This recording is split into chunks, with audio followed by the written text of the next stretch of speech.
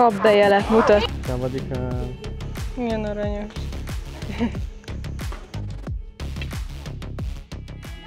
Monday morning blues. I open my eyes and I'm greeted by a cute little smile. The world is new with you by my side. Sziasztok! A mai napot itt kezdjük akkor a Fehér templomnál, ami Észak-Tájföld legikonikusabb látnivalója.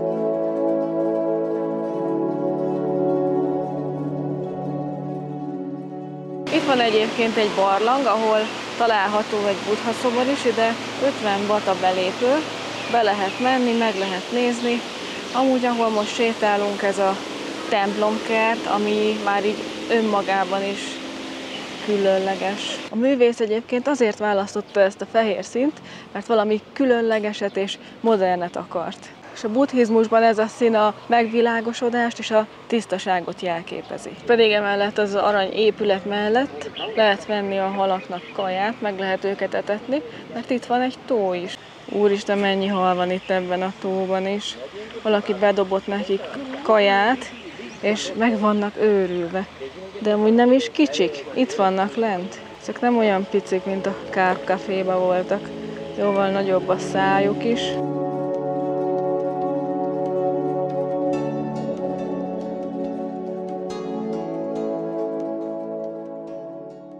Amúgy itt bent nem lehetett videózni, de különböző érmék, meg hát ilyen kiállítási tárgyak voltak kitéve a látogatóknak.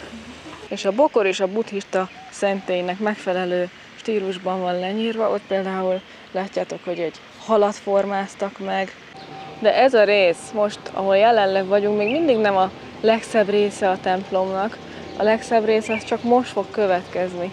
Ezek pedig itt a templomkertben a kívánságfák. Minden látogató, aki szeretne, az vehet magának egy ilyen kis fém szív alakú lemezt, és ráírhatja a saját kívánságát, aztán pedig felakaszthatja ide, és látjátok, nézzétek, hogy mennyi kívánság összegyűlt már, rengeteg, több 10 000 darab van már 4 kívánságfa kialakult itt a templomkertben. És ezt a fehér templomot a művész, aki ezt az egészet megalkotta, saját vagyonából finanszírozta, hogy ne kerüljön ez senki másnak a kezébe. A fehér templom ugye azért fehér, mert a megvilágosodást, a tisztaságot jelenti, ellentétben a WC pedig ilyen impozáns, aranyszínű, tiszta csicsa, ugyanúgy, ami a luxust, az anyagi javakat hivatott jelképezni.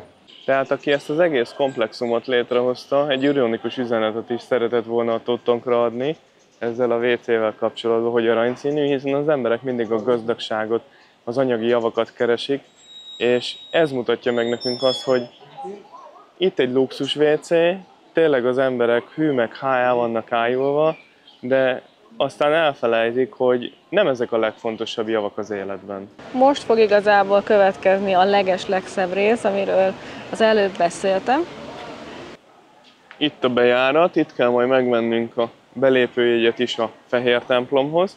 Ugye oda is szeretnénk bemenni, mert mindeddig ingyen a templomkertben sétálgattunk.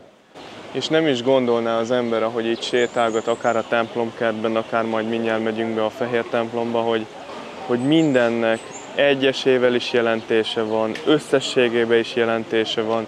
Például itt lógnak ezek a fejek a templom bejárata előtt, hogy ezek a bűnösöket jelentik, hogy a bokor miért így van megmetszve, miért így van vágva, miért így lógnak a virágok. Szóval egyesével is vannak jelentéseik, és összességében is. Szóval ez az igazi művészet.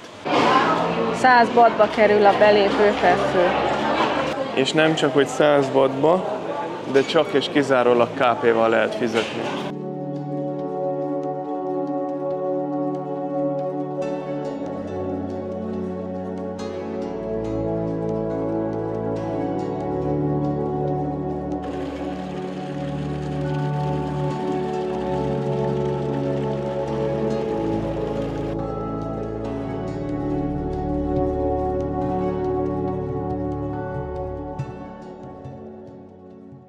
Most, hogy bejöttünk, át kell kelnünk majd egy nagyon-nagyon különleges hídon, hogy bejussunk a templom belsejébe. És ahogy korábban is mondtam, itt mindennek jelentése van. mielőtt a hídra fellépünk, ez itt a pokol kapuja, a kezek és a fejek, a szenvedő fejek, a vágyakat és a mohóságot szimbolizálják. Ott van egy kéz, aki kapbejelet mutattat. Ilyen dolgokat is fel lehet fedezni, hogyha mindent apránként megnéz az ember. Ez a két alak pedig a pokolnak az őrzője.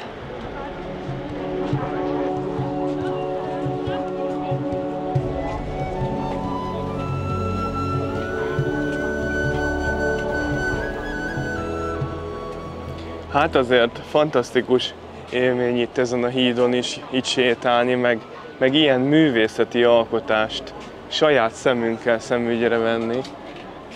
Nem gondoltam volna, hogy ilyen hatással lesz ez ránk, amikor tegnap naplementekor itt jártunk. Ez a fehér templom már nekem túl csicsás. Jobban tetszett a kék. Talán a színe miatt? Nem tudom. De ez már kicsit túlzás. Mindenhol ilyen csillogó, valami van, glitcher. Ugye, mert ilyen tükrök vannak ide rátéve, tehát azokkal van díszítve. Igazából elegánsabbnak elegánsabb a templom, az biztos, tehát a kék az meg nagyon kék volt. Nem a mi stílusunk, az biztos, de szép, meg kell nézni, és főleg így napsütésben is, ahogy így csillog-villog, az is azért elég extra. Nem arról van szó, hogy nem szép, mert szép, különleges, csak hát annyira nem jön be, de nyilván hiányozna, hogyha nem lenne. Ezt a templomot amúgy 1997-ben kezdték el építeni, és még mindig nincs kész. Ugyanis véglegesen 2070-ig fogják majd befejezni. És ugye tegnap néztük a fehér templomot, és ugye tegnap néztük a kék templomot, azt pedig 2006-ban kezdték el építeni, tehát ez valamivel öregebb, de még mindig fiatal. Most látom, hogy itt fent is mennyi kívánság van végig. Ez egy ilyen pavilon-szerű valami? Igen, egy ilyen tető alatt lehet szépen, a kívánságok alatt lehet sétálni. Ugye, ami gondolom a fákon megtelt, azt ide akasztották rá. Hát az annyi biztos, hogy rengetegen látogatnak el ide, ugye? Mondtam is, hogy ez a legnépszerűbb látnivaló itt a környéken. Igen, biztos, hogy erről mindenki hallott már. Ha ti még nem hallottatok, akkor most hallottatok tőlünk, és hogyha Thaiföldön jártok, akkor mindenképp gyertek ide el. És folyamatosan karban tartják az egész templomot, a templomkertet is. Látjátok, hogy a vízből halásszák ki a faleveleket, aztán a bokrokat vágták ott a másik oldalon. És a parkolásért az első naptól kezdve nem fizetünk itt Thaiföldön. Ugye ez nekünk nagyon-nagyon szokatlan, mert Svájcban mindenhol fizetni kell tényleg, meg privát parkoló, meg parkolóház, meg stb. De itt, hát ez olyan luxus, amit magammal vinnék oda is. Igen, ez tök jó amúgy. És mindenhol van parkolóhely. Annak ellenére, hogy 70 millióan élnek ebben az országban, és tényleg nagyon sokan robogóval járnak, autóval járnak, és mégis mindenhol meg tudunk állni. Mai nap egyébként az volt az első, hogy ide jöttünk a fehér templomhoz. Nem volt még se reggeli, se semmi, mert mindenképpen időben akartunk idejönni, még a nap előtt, meg a tömeg előtt, meg stb. Úgyhogy most menjünk reggelizni. Ugye ez mindig a legolcsóbb, hogyha a 7-Elevenbe jössz enni, plusz még nem kell keresgélni. Nekünk egyelőre ez a szendvics bevált, nyilván, hogyha több időre jönnénk, akkor nem ilyeneket ennénk, de ez a leggyorsabb megoldás, és a legfinomabb is egyben, úgyhogy ja, sonkás sajtos, a virslis is jó. Itt nincs ananászos, vagy? Van? Akkor jó, akkor megvan minden, ami nekünk kell. Láttuk itt a boltban, hogy van Red Bull, csak nem úgy hívják, mint otthon, hanem Krating Daeng. Itt az 1970-es években már volt egyébként, tehát sokkal előbb, mint Ausztriában, és ez a lényeg, hogy sokan azt gondolják, hogy Ausztriában alapították az eredeti Red Bullt, de nem, hanem itt Thaiföldön. És itt nem is lehet kapni sok helyen a szénsavas verziót, csak a szénsavmenteset, mert az eredeti az szénsavmentes, és sokkal erősebb, mint amit otthon árulnak, ilyen pici üvegekben van. Meg fogjuk majd kóstolni is. Az a lényeg, hogy itt kitalálta egy üzletember, hogy a sofőrök ébren tudjanak maradni, akár egy hosszú út során. Ugye nyilván az időjárás is lefárasztja őket, meg a hosszú út, azért nem kicsi az ország, és akkor kitalálta, hogy akkor legyen egy ilyen energiaital, és ezt jóval később vette át, tehát egy társalapító volt ez az osztrák üzletember, aki átvitte az egészet Európába. Tudtam, hogy itt régóta van már Red Bull, és nem úgy hívják, de ezeket nem tudtam, ezeket az információkat. Van olyan dolog, amiről ti tudtok, és mi nem beszéltünk róla, akkor írjátok meg kommentbe. Stand up against the wall, so I can trace you with one fine line. Megérkeztünk a híres Karen faluba, ami a hosszú nyakúaknak a faluja. Ezt a helyet nagyon-nagyon sokan látogatják itt Thaiföldön, ugye főleg turisták, és most fényt derítünk rá, hogy ez valóban egy autentikus, hosszú nyakú törzsfalu, vagy pedig egy emberi állatkert. Hogyha belegondol az ember, akkor igazából már az furcsa, hogy ugye így ki van táblázva egy falu, illetve belépőt kérnek azért, hogy megnézhess őket. Ez inkább egy skanzen, igaz? Ahol bemutatják az életüket. Look for my eyes. Okay, thank you. I know you wanna go, and I don't blame you at all. A belépő ide 300 baht per főbe került, és ahogy itt megyünk lefele a lépcsőn, mindjárt fogunk is találkozni az első árusító kofával. Igen, így van, és ahogy odaléptünk a pénztárhoz, kérdés nélkül már mondta az ember, hogy 300, tehát mondhatni nem volt olyan szívélyes. Nem. Itt sétálunk le a falunak az irányába, kíváncsi vagyok, hogy milyen lesz ez az egész. Én is kíváncsi vagyok rá, meg hogy milyen lesz látni ezeket a hosszú nyakúakat.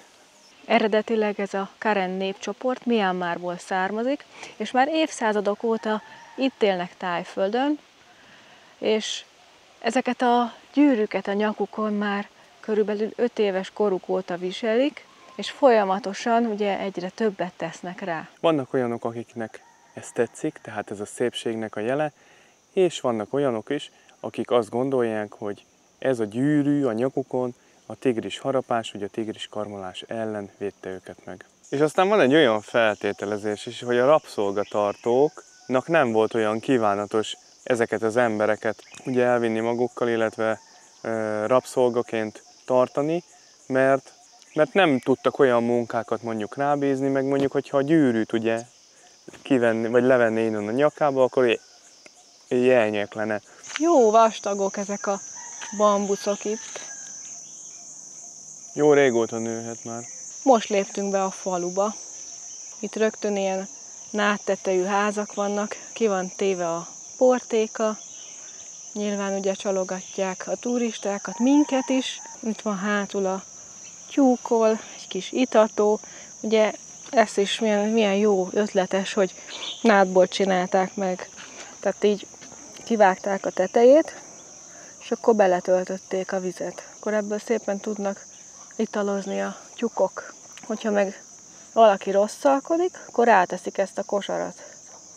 Vagy pedig, hogyha el akarják keríteni mondjuk a pipit a kicsinyekkel. Mondhatni, én már elég kellemetlenül érzem magam, mert ahogy jövünk, megyünk, folyamatosan jönnek ki a helyiek, és akkor próbálják eladni a dolgaikat, és elég erőszakosan, mert nekik igazából ez a bevételi forrásuk itt. Egyelőre nem láttunk tényleg egyet se. Ez nekem nagyon furcsa. És engem frusztrál, hogy ennyire erőszakosak. Szavadikál.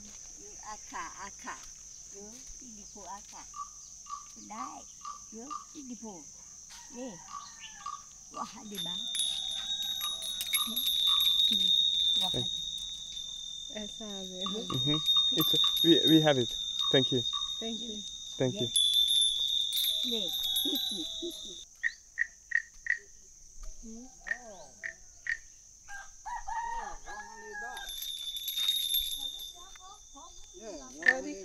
Szevadika.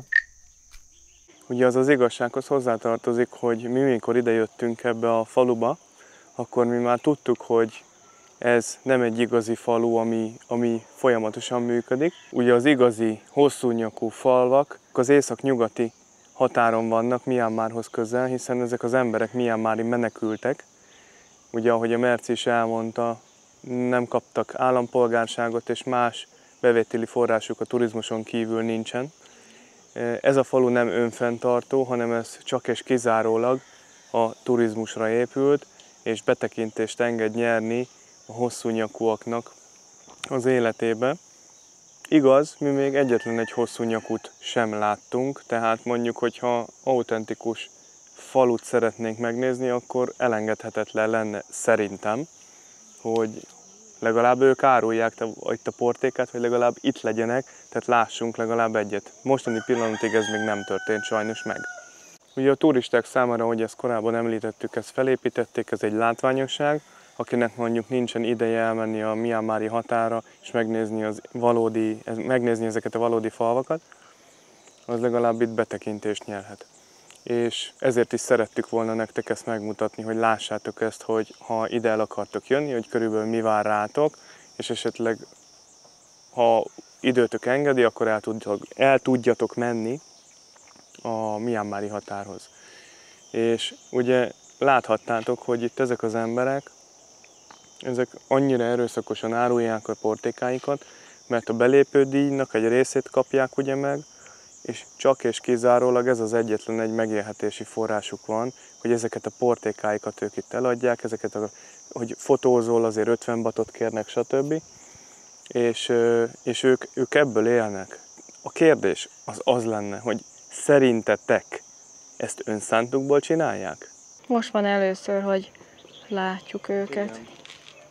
Amit észre lehet venni rajtuk az az, hogy nyilván hosszú a nyaka mindegyikőjüknek, és a fejüket is elég nehezen tudják mozgatni így jobbra-balra, de szemmel láthatóan szép dolgokat csinálnak. Ezeket a sálakat láthattátok, hogy igaz, hogy nem hosszú nyakúak kötötték, de nagyon szép dolgokat csinálnak. Akkor ő is itt kötöget. Ilyen szép sálakat készítenek, amik ott vannak fönt. Ügyesek nagyon. Tehát ők, akik itt vannak, ők nem kamuk, csak egyszerűen szegény sorsú emberek, és ez a falu, amit itt létrehoztak, ez maga a kamu.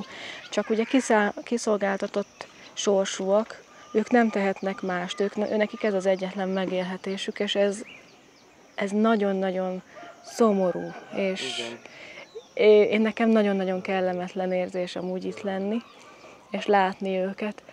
Legszívesebben az ember tényleg segítene mindenkinek, de nem tudsz, sajnos nem tudsz. Akiknek a nyakában van itt ez a részkarika, ebben az utcában, ha lehet így mondani, ők egyáltalán nem erőszakosak, hanem itt szépen kint ülnek és dolgozgatnak.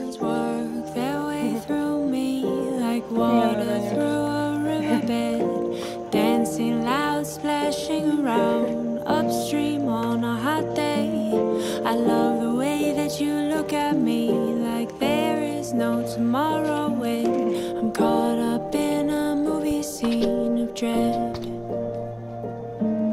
But now's the only time I know for us to get ahead by being still and moving slow and holding on instead. And I just don't think it'll be the same ever again. So can we just stay right here?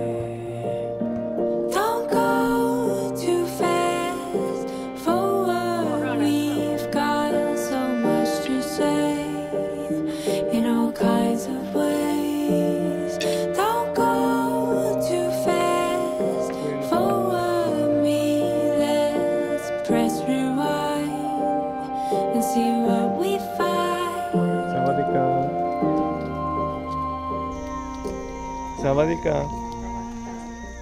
Szóval mindent összegezve megérte ide eljönni, egyértelművé vált most már számunkra az is, hogy ők itt élnek. Tehát benéztünk a házukba, láttuk, hogy ott végzik a mindennapi tevékenységüket, illetve most is láttátok, hogy itt sétált el az egyik hosszú nyakú nő a kisfiával, és minden esetre, hogyha szeretnétek őket valamilyen szinten támogatni, akkor gyertek el ide, és inkább nekik adjatok pénzt. Viszont ez szerintem nem a megfelelő dolog ahhoz, hogy fenntartsák az ő saját kultúrájukat, hogy a turizmus számára így létrehoztak egy falut. De hát nincs ezeknek az embereknek tényleg más választásuk. Tehát, hogyha ez nincs, akkor ők ugye menekültek, nekik akkor bevételi forrásuk sincs. A következő kérdés, ami felmerül, hogy ki üzemelteti ezt a falut? A táj kormány, ő nekik megy a bevételeknek a nagy része, tehát akik itt élnek és itt dolgoznak, ezek az emberek, ők csak nagyon-nagyon kevés részt kapnak ebből a pénzből, amit mi a belépőre fizetünk, és ezért mondtam nektek, hogy ha érdekel titeket, ha szeretnétek őket valamilyen szinten támogatni, akkor inkább nekik adjatok közvetlenül pénzt, vagy vegyétek meg a termékeiket. Nekik tényleg ez az egyetlen egy kiút, hiszen nincsen állampolgárságuk, ők teljesen nincstelenek. És ők kisgyerekkoruk óta már meg vannak tanítva arra, hogy ugye köszönjenek, mikor ugye megy a turista. És amire még figyelmesek lettünk, az az, hogy ide a fákra vannak ilyen műanyag vagy félmedénykék felakasztva, és rájöttünk, hogy ez latex lehet, vagy ez az a gumis anyag, amiből a gumiipari termékek készülnek, ugye?